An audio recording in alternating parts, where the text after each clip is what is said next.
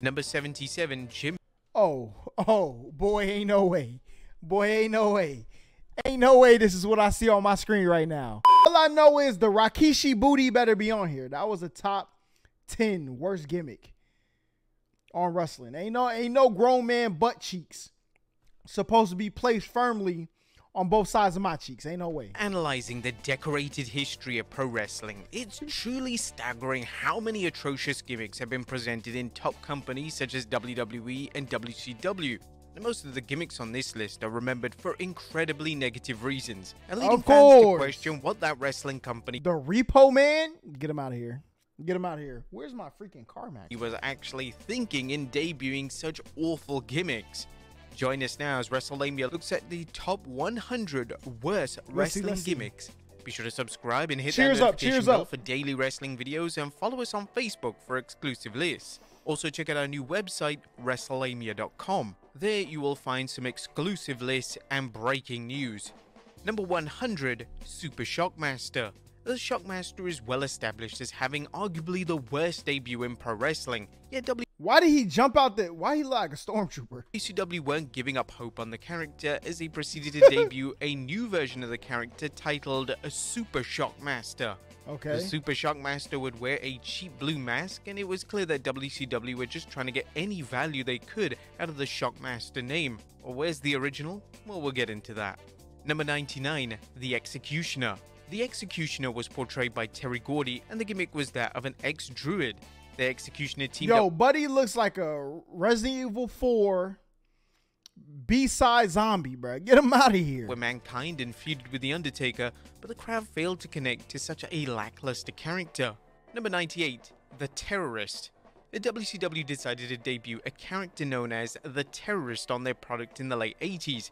Now you can probably guess what the gimmick was supposed to represent, and it's unclear what on earth WCW executives were thinking at the time. Number 97, New Whoa. Ain't no way they had him do this. Year's Baby. A former WWE champion Big Show was portrayed. They made him be a... Nah, the Big Show, you deserve better than that.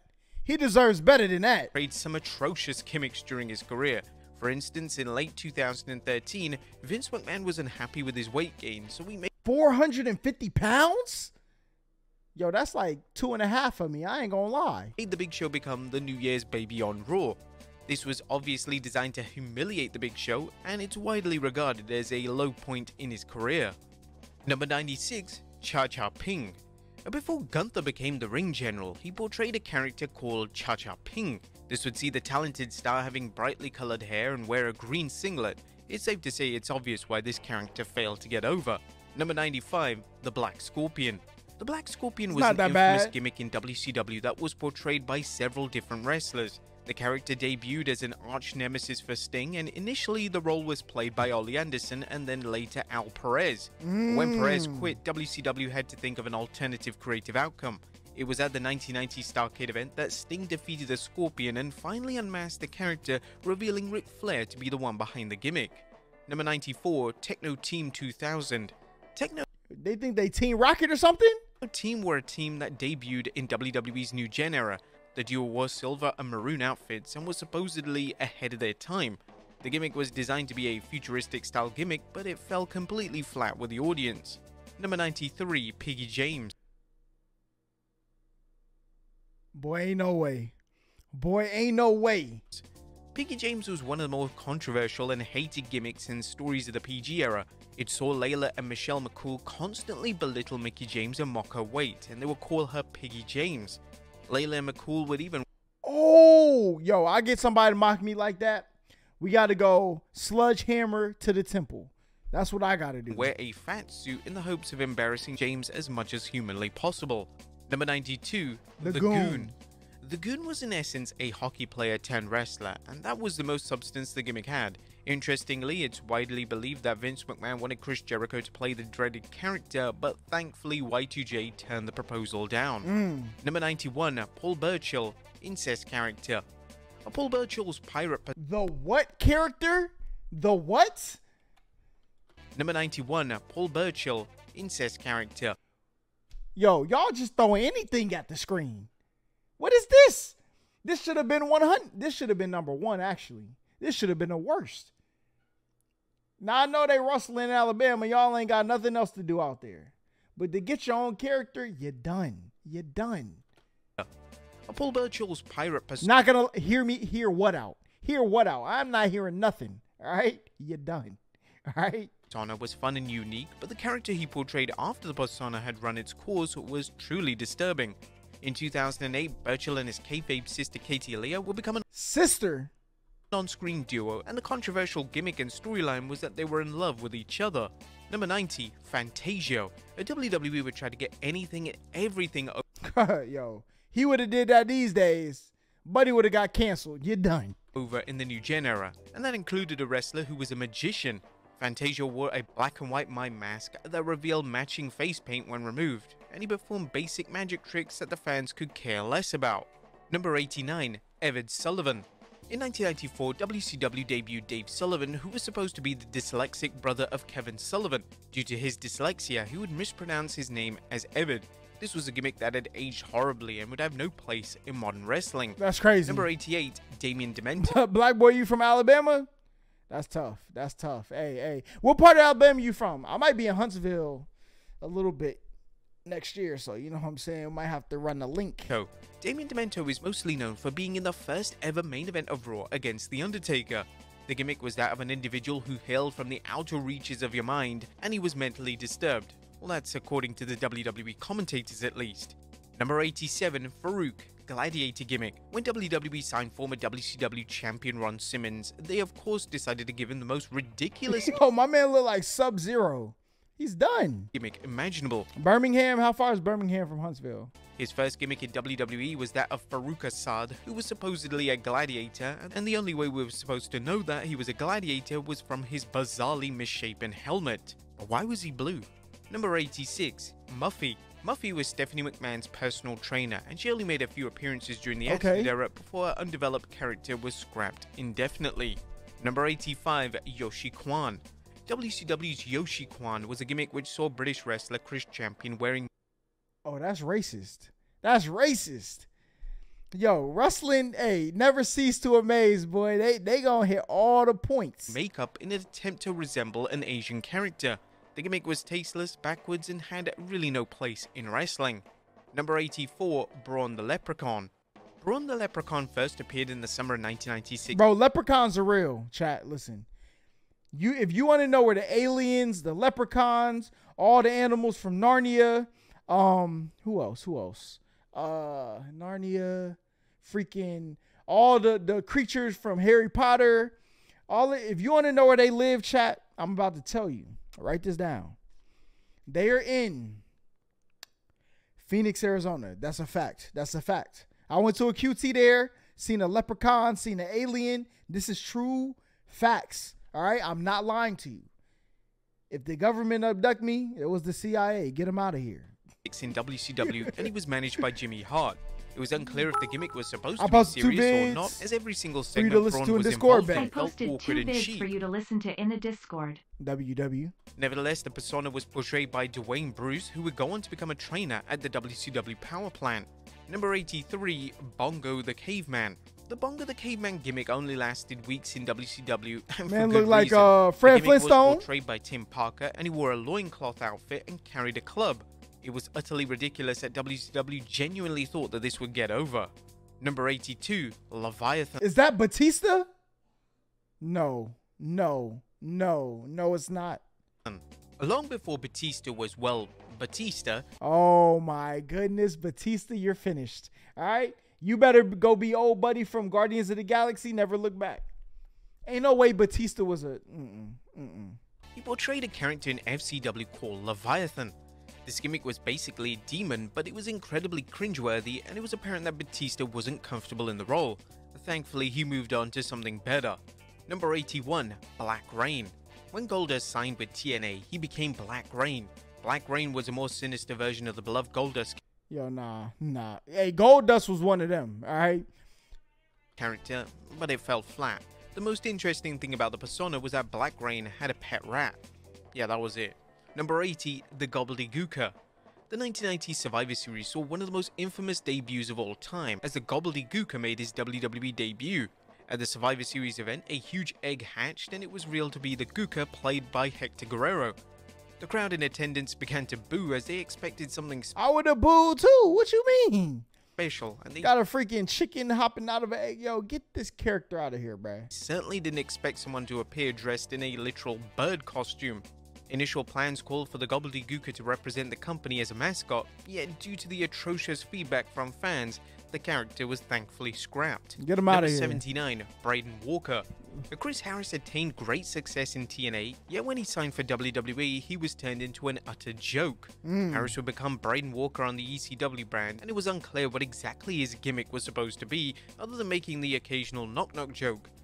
The gimmick was scrapped quickly, and WWE had no future plans for the former TNA Tag Team Champion. Number 78, ECW Zombie. Yo, listen, put me on the board of ECW, WWE, whatever I need to be on, man. Because whoever is in these boardrooms is coming up with tragic ideas, okay? Tragic. When WWE's version of ECW launched in 2006, they decided to debut a zombie character. This was supposed to be a serious character, but it was laughable at best, and it was brutalized by the Sandman to the delight of the ECW audience. Number 77, Jim. Oh, boy, ain't no way. Boy, ain't no way.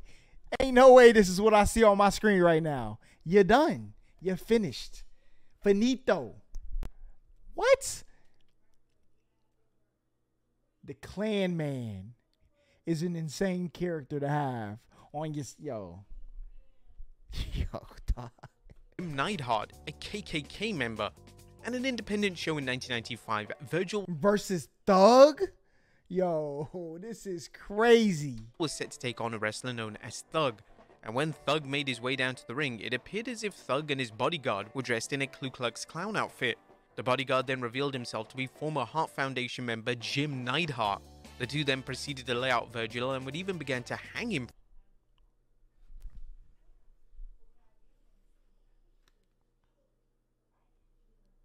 There's no way they got away with this.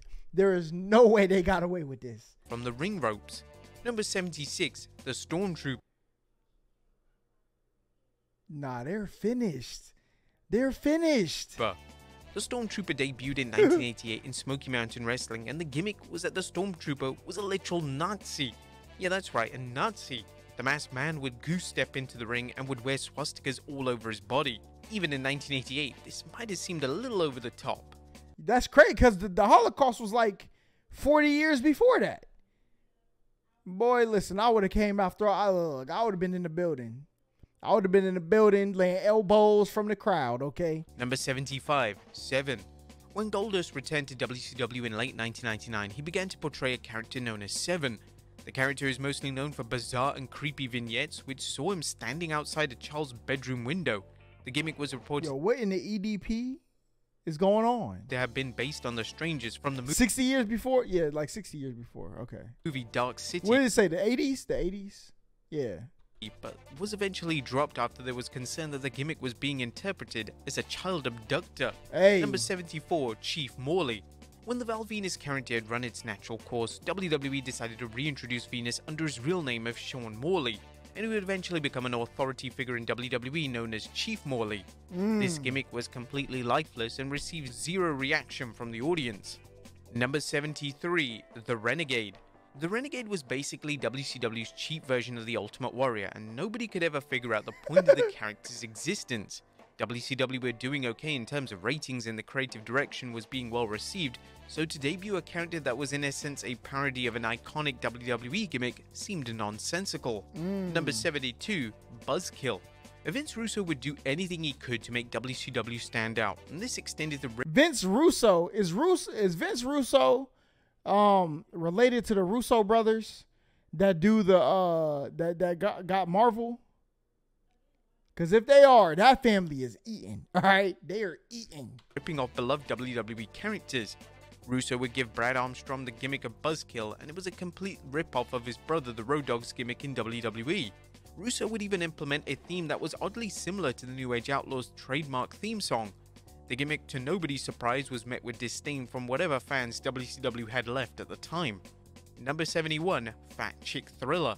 Following WCW's Bash at the Beach event in 2000, WCW decided to repackage Mike Awesome as the Fat Chick Thriller. Awesome would become infatuated with larger women, and this is notoriously one of the worst gimmicks WCW could have possibly given the talented star. Number 7. Yo, my man was knocking down all the moms after the show, bruh. That's a fact. Man was going to the local bar. All the if she over 280, she a lady. All right, that's what he was walking in saying. TL Hopper. WWE's obsession of debuting wrestlers with professions went too far when they debuted TL Hopper. Hopper was a stereotypical plumber and fell flat upon arrival. How a plumber gimmick was supposed to get over in WWE is anyone's guess. Number 69. Stuttering Matt Morgan. When WWE reintroduced Matt Morgan in 2005, they decided to give him a stuttering gimmick. This was designed to be a heel gimmick, but a stutter instantly making a wrestler a heel was a bold and daring creative choice. Number 68. The Real Double J. A Road Dogg has been given some awful gimmicks over his career, but the Real Double J was perhaps the worst.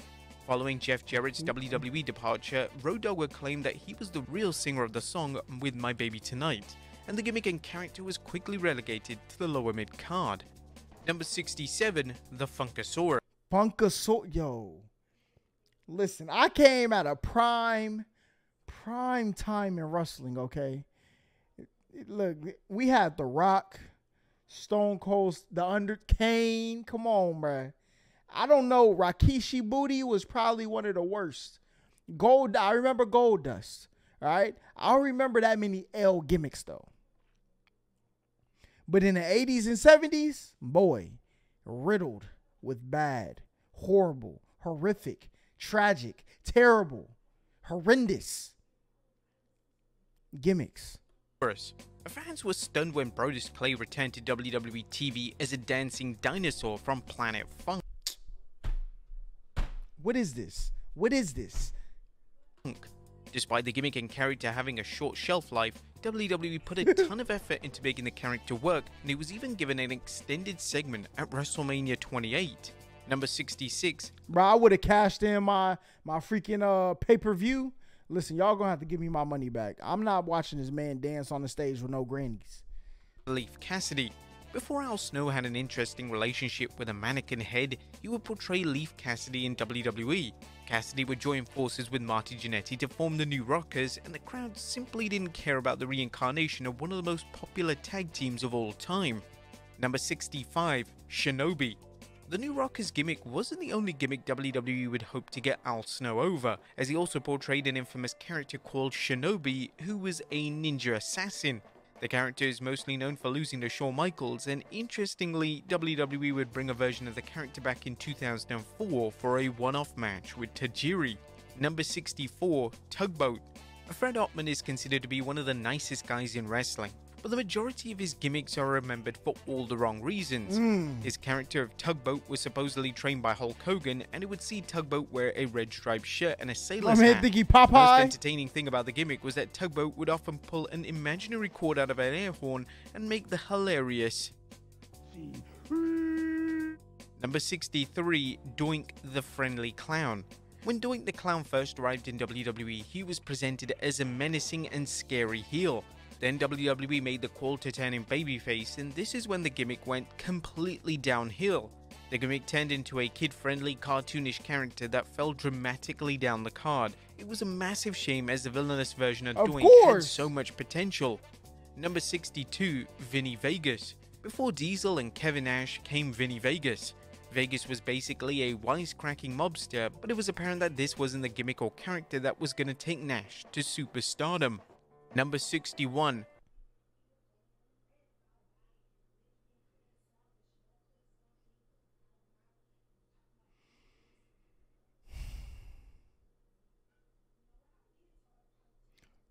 What is this, bro? What is this? Oz. As well as Vinny Vegas, Nash also portrayed one of the most notorious gimmicks in WCW history, as he portrayed a character known as Oz.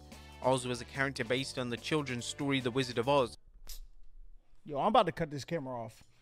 I'm about to cut this stream off, bro. I see another boo-boo bogus. We're only in the what are we in the 60s right now, the 50s? And they're getting worse. Oh, And they saw man. I don't see how the KKK was in the 70s, bro. I don't see how that was in the 70s worst gimmicks. We ain't even cracked the top 50 yet. Wear a ridiculous lime green robe and laughable fake grey beard. Number 60, Who. A gimmick being introduced so WWE commentators can make terrible puns is never a good idea, but that was the logic of giving Jim Neidhart the Who gimmick in the 90s. Fans literally knew nothing about the gimmick or character, and Who's matches just consisted of a few minutes of Vince McMahon and Jerry Lawler making unfunny jokes at the commentary desk. Number 59, General Huge Erection. When Hugh Morris became the Yo, what are we watching, bro? What are they doing? leader of the Huge Erection? Misfits in action in WCW, he decided to rebrand himself as General Huge Erection. The obvious pun aside, the gimmick was a complete How waste you met of any time, as the WWE only thing superstars? I met Kane when I was like very young. I got an autograph picture of Kane when he was in like WCW, I think something like that. I don't know. I met Kane. I met Kane twice. I met Kane in Gatlinburg too, I think. The Rock. Come on, chat. Listen. If y'all don't know, Big Holla has a very extensive background. All right. If you go over to Twitter and you head to my profile, you will see the Rock posted me. Hold up, look, I could show you on. Listen, the Rock posted me. That's basically meeting him. He posted me on his IG, the third biggest Instagram on Instagram. All right. different about Morris's I presentation think I met somebody else too. I gotta think though. was that he wore military-themed gear. Number 58, the Shark. John Tenta was so determined to make his Shark gimmick work. CCJ, you know, it's all about drive. It's all about power. Some final hour. Oh, see, you know the real, man. You know the real. In WCW, that he even changed the tattoo on his arm from a tiger to a shark. The gimmick of a wrestler having characteristics of sharks could only go so far. Despite Tenta's commitment, the gimmick was never going to work. Number 57, Giant Silver. Giant Silver had size, presence, and WWE were no doubt going to try and make him a main event attraction. Silver would Hold up, chat. Is this it? become a member of the Oddities faction, but whenever he Y'all see it, bro. Y'all, come on now. The Rock. And if y'all think this is a, look, 3 million views. Come on, bro. Hold up. Let me click on The Rock. This is The Rock, bro. Listen, I tell no lies, man. I tell no lies. he wrestled, he was quickly exposed as he was appalling. 2001, it was his peak gimmick year. was literally Facts. that he was tall and would wear casual clothing like he was visiting a local mall. Number 56, Golga. Speaking of the Oddities faction, Golga's gimmick was perhaps even worse. Golga was portrayed by John Tenta, and his gimmick saw him wear a mask due to a bone disorder, and he would be obsessed with Eric Cartman from South Park. Number 55, the Fake Undertaker. The Fake The Undertaker. WWE believed that debuting a fake version of The Undertaker and then reintroducing the real Undertaker would do major business, so much so that a match between the two main evented at the '94 SummerSlam. The gimmick was widely criticized as fans simply didn't care. All they wanted to see was Mark Calloway's iconic portrayal on their screen. Number 54, the Red Rooster. Terry Taylor had Nikita immense Lyons, talent who as was a pro that? wrestler, but the Red Rooster persona was All never right, I'm about to look up Nikita Lyons because y'all said look it to up. make him world champion. The infamous gimmick saw him don red tights, and he would even strut like a rooster to the sheer confusion of the audience. Number 53, the Kiss Demon. The Kiss Demon persona was introduced as part of WCW's deal with the band Kiss. The Demon's entire presentation was based on Gene Simmons and was portrayed by Dale Torberg. While visually impressive, the gimmick had no purpose other than to promote Kiss, and it didn't help that Torberg wasn't exactly bright hot in the Hold on, what? on Gene Simmons and was portrayed by Dale Torberg. While visually impressive, the gimmick had no purpose other than to promote Kiss, and it didn't help that Torberg wasn't exactly bright hot in the ring, so most of the Demon's matches were very less than stellar. Number 52, Akeem. In 1988, Slick announced that WWE star The One Man Gang was now reborn as African and planned to embrace his roots. Slick then announced that Gang would be known as his new name, Akeem the African Dream. The gimmick instantly received backlash as Akeem delivered a promo that was deemed Look, I cannot find Nikita Lyons on there. I ain't gonna lie. as slightly racist. The one-man gang character was popular and had more room to grow, but the Akeem Somebody DM me the profile, and now I'm gonna look it up. persona was completely insensitive, not what fans were pushing to see. Number 51, Big Josh. Upon signing with WCW, Matt Osborne was given the gimmick of Big Josh. The gimmick must have taken a matter of seconds to come up with, as he was an outdoorsman who had a friendly connection with bears, even bringing some down to the ring, which, okay, was pretty cool. Number 50, Skip Sheffield. Now, before debuting as Ryback, Ryan Reeves used a character known as Skip Sheffield. The gimmick had Man, look like Dominic Toretto. writing and execution behind it, as the character was just a cowboy, a gimmick that had been delivered 100 times before. Number 49, The Johnsons TNA. The Johnsons tag team represented the worst of TNA. The team, which consisted of Richard and Rod Johnson, would compete in flesh. Bro, what the freak they got the flesh costumes on? They look like cone heads without the Worst of TNA. The team, which they look the same with and without the costume. Why would they put it on? consisted of Richard and Rod Johnson, would compete in flesh-colored bodysuits, which were without question amongst the most horrific ring attires in wrestling history. This was the bottom of the barrel in terms of a character and gimmick, and it's hardly a surprise their run in the company was brief. Come on now. Number 48, The Dicks. In 2005, WWE decided to debut a new tag team known as The Dicks. The duo were dressed as Chippendales dancers, and the gimmick was dead on arrival, as the crowd just didn't care about such a terrible. Yo, I'm not, look, as a man, I'm a man. This is a man's world, and you're a boy, all right? Listen, I'm not watching no man strip naked and dance in the no, it's not happening. Terrible gimmick, and we don't blame them. Number 47, The Ding Dongs. The Ding Dongs are often found at the top of the list of WCW's worst gimmicks. WCW executives believe that the duo would be insanely popular in the company, but Jay, send it to me on Instagram. Send it to me on Instagram. were wrong, very wrong. As the moment the duo appeared on screen wearing colorful outfits, the crowd booed immediately. Now, the gimmick is hard to explain, but in essence, one of the members of the Ding Dongs would ring a bell on the outside when the other was on the offense. It was incredibly frustrating, and it's no surprise the WCW audience absolutely loathed it. Number 47, Oklahoma. Now, there have been some tasteless and controversial parodies over the years, but the parody of Jim Ross that WCW presented in 2000 went a step too far. The character would be known as Oklahoma and portrayed by former WWE writer Ed Ferrara. Ferrara would dress in a manner similar to JR, but he would mock JR's Bell's palsy, which was where the majority of the criticism for the character came from. Number 45, Meat. Most fans remember Sean Stasiak for his time in WCW. That's crazy. Or you may not have, but he also had a number of runs in WWE. His run in 1999 came as the infamous character known as Meat. Meat was presented as a boy toy for the Pretty Mean Sisters, and it goes without saying that the name Hey, man, listen, that low key, he think he me. Meat was holding him back from ever being taken seriously. Number 45, Shelton Benjamin's Mama. During the Ruthless Aggression era, WWE attempted to do something new with Shelton Benjamin. Benjamin would embark on a losing streak, which led to his Mama becoming an on-air character. Mama Benjamin would slap and yell at Benjamin whenever he lost, and she slowly began to interfere in his matches, turning him heel in the process. That's Number crazy. 43, Saba Simba. In 1990, the legendary Tony Atlas returned to WWE. Yo, bruh, send this man back to Wakanda. What is this? Under the name of My man think he T'Challa for real. Saba Simba. In a unique move, WWE acknowledged the fact that the new character was in fact Atlas, but Vince McMahon on commentary decided to state that Atlas had rediscovered his roots and had now legally changed his name to Saba Simba. The gimmick was a warrior of a tribe, but it lacked any depth, and naturally it received a ton of criticism from being based on a racist stereotype. Number 42, Naked Midian. And do we need to say any more? Well, we still will. So after his dealings with the Ministry and Darkness were over, WWE decided to repackage Midian as Naked Midian. He'd run around the arena in a thong, and this was the Attitude Era. Yo, Holla wrestling. No. You calling me Shelton Benjamin is crazy. At its very worst. Number 41, Isaac Yankem DDS.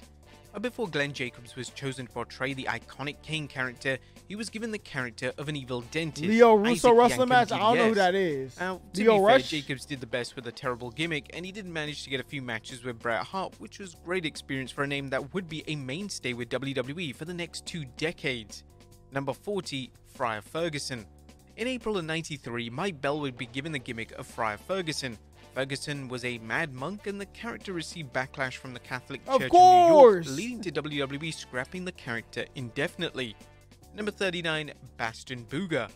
Mike Bell's next character would arguably be even worse, as Bell became Bastion Booger.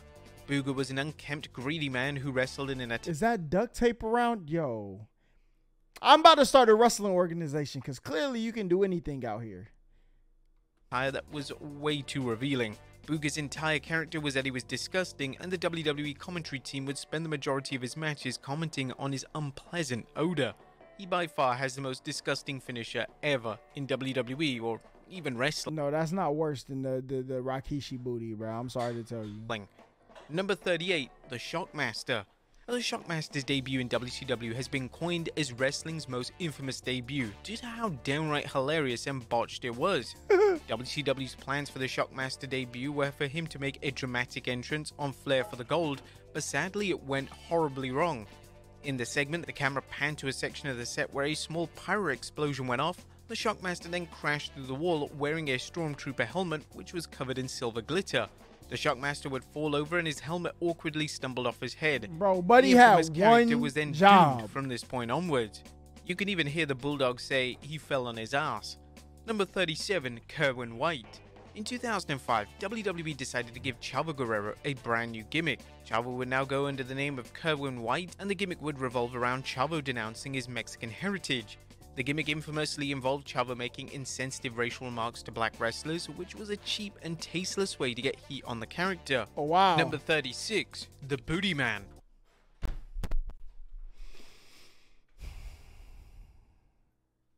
The Booty Man, yo. What is this organization, bro? A Brutus Beefcake was an outstanding gimmick, but unfortunately most of Ed Leslie's other gimmicks were atrociously executed. One of his gimmicks in WCW saw him become the Booty Man. The gimmick involved him being infatuated with his own backside and his own, yo. This character would have lasted 0 days in my organization. Soon as they would have brought this across the hey, yo, who came up with the idea? Jim, you're fired. Get out of here. Of course, it fell flat almost instantly. Number 35, the Running Man. Now, before Beefcake had the dreaded Booty Man gimmick, he portrayed a character that was never given an official name by WCW. In 1991, a masked character would run in during matches, attack heels, and then just disappear. It was never made clear what the creative plans were for the character, but it was quickly dropped without any explanation. Number 34, Rockabilly. A Billy Gunn was never going to break out of the lower mid-card with the Rockabilly gimmick. The character saw him become the protege of the Honky Tonk Man, and it came across incredibly forced on WWE TV. Thankfully, WWE quickly realized this and decided to have Gunn join forces with the Road Dogg to become the New Age Outlaws. Number 33, Key. The Attitude Era had endless characters that have aged terribly, and Key is certainly one of them. Key was portrayed by Vic Grimes, and his character was that he was a drug dealer and was somewhat associated with Prince Albert and Droz. Number 32, PG-13. PG-13 were a tag team combination consisting of JC Ice and Wolfie D. The duo were known for JC Ice? Is that supposed to be Vanilla Ice? delivering horrible raps in the ring and having two of the worst wrestling names of all time. Number 31, Moppy. The WWE decided to give the talented Perry Saturn a new gimmick in 2000. Hold up, is that the same dude who was the clown earlier? 2001. Saturn would fall in love with a mop. Yep. What are we watching, bro? What are we watching? That's right. Anybody have Moppy as their #1 wrestler of all time? I want you committed to a psychiatric ward to be locked away forever. All right, you're done.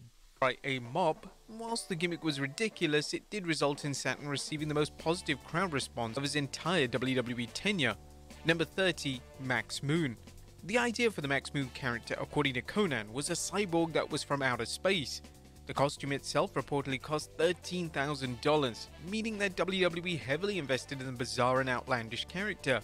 The character would debut in 1992 and would be portrayed by Conan, but the gimmick fell flat instantly and Conan opted to leave WWE due to backstage issues. Despite the gimmick being lackluster at best, McMahon decided to put the rather comedic costume on another wrestler, that being Paul Diamond. Number 29, Man Mountain Rock. Man Mountain Rock debuted in 1995 and he wore a colourful outfit and played a large guitar shaped as the classic WWF logo. Wow. The gimmick was incredibly annoying and it was I didn't see the Insta. You sent it to my DMs on Insta? I don't see unclear if fans were supposed to root or detest the character. Number 28, Kwang. Kwang was portrayed by Savio Vega and the character made his official WWE debut in early 1994. The gimmick was criticized for being cliche and stereotypical, as the gimmick was a mysterious Asian wrestler, and to try and enhance the gimmick, WWE had Kwang use martial arts moves, and of course, the Asian Mist. Can't forget that. Number 27, Avatar. In an attempt to cash in on the success and popularity of the Power Rangers... Yo, that is one of the greatest movies of all time, all right? Elevator going up, elevator going down. Listen, even the Marvels, they had to copy the purple villain. Thor is just a mediocre version of Ivan Ooze. Let's be real, bruh. WWE would give the future Al Snow a character known as Avatar. The gimmick saw him come to the ring and put on a mask to wrestle, and it was implied that he was obtaining strength and power from the mask. Number 26, Beaver Cleavage. When Headbanger member Thrasher... Yo, Booty Man, Beaver Cleavage... Fire these people today. Suffered an injury during the Attitude Era, WWE decided to repackage the other headbanger Mosh and would debut a new gimmick and would be known as Beaver Cleavage. This character would appear in black and white vignettes with his mother, and it was implied that their association went beyond the normal mother and son relationship. Yeah, we'll let you work that one out. Number 25, Chaz, the Woman Beater. Speaking of Mosh, the Beaver Cleavage character wasn't his only terrible gimmick, as when that gimmick came to an end, Mosh would use the name of Chaz and he was involved in a storyline where he was supposedly beating his girlfriend. Eventually it was discovered that his girlfriend was lying and WWE decided to reform the Headbangers. Number 24, Giant Gonzalez. In early 1993, WWE decided they needed a new foe for The Undertaker, so they introduced the world to one of the worst characters in WWE history, Giant Gonzalez. Yo, my man's got on a Titan skin suit, bruh. Fam is about to get taken out by Levi and Mikasa today. He's done. Gonzalez legit stood at 7 feet tall and would wear a bodysuit which featured airbrushed fake muscles as well as fake hair scattered in random locations. The attire was laughable and the audience simply couldn't take the attire or the gimmick very seriously. Number 23, Fake Diesel. When Diesel departed WWE in 1996, they decided to introduce a new version of Diesel played by the future Kane, Glenn Jacobs. The character was nonsensical and it was evidence that WWE would do anything to try and defeat WCW in the Monday Night Wars. Number 22, Fake Razor Ramon.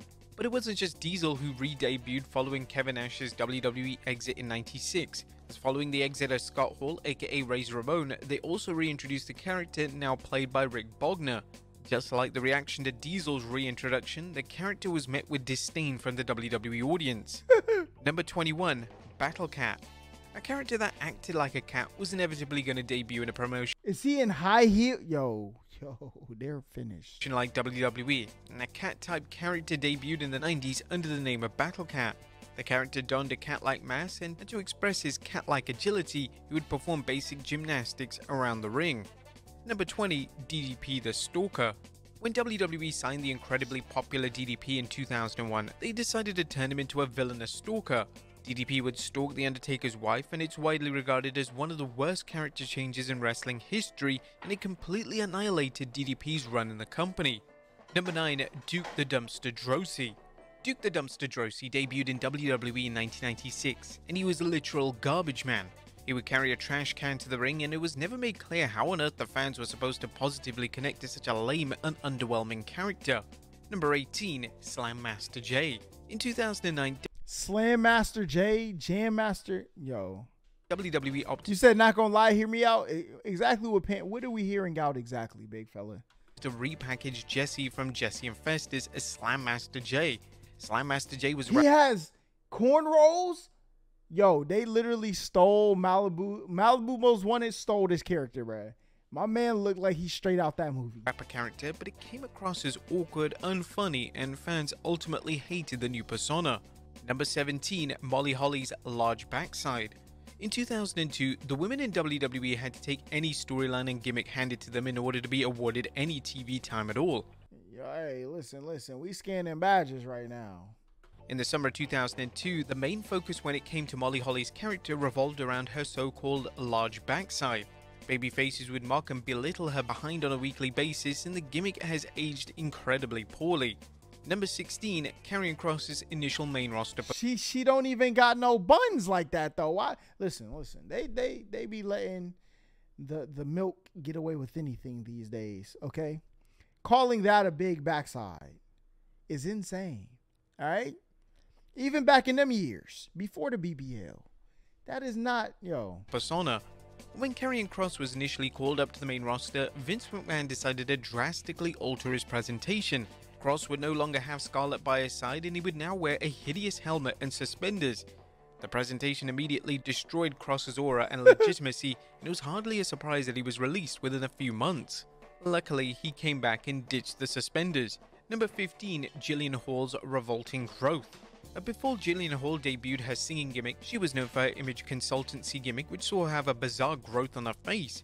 It's unclear what this gimmick was supposed to achieve, but the most notable moment saw the boogeyman eat it off her face. Number 14, The Lesbians.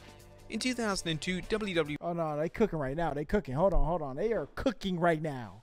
became desperate to recapture the spark of the Attitude Era, so they hyped up lesbians having sex live on Raw. Of course, this never Hold on. Why he look like he was about to throw up? What's wrong with him? happened, and the women who were literally given the name of the lesbians were attacked by 3-minute warning. Number 13, Natalia's farting. In an attempt to repackage and give Natalia some much needed character, WWE gave her a gimmick which saw her fart backstage. It was painfully unfunny, but it was apparent that Vince McMahon was finding the segments and character utterly hilarious, as the segments continued for what seemed like an eternity. Number 12, Fake Kane.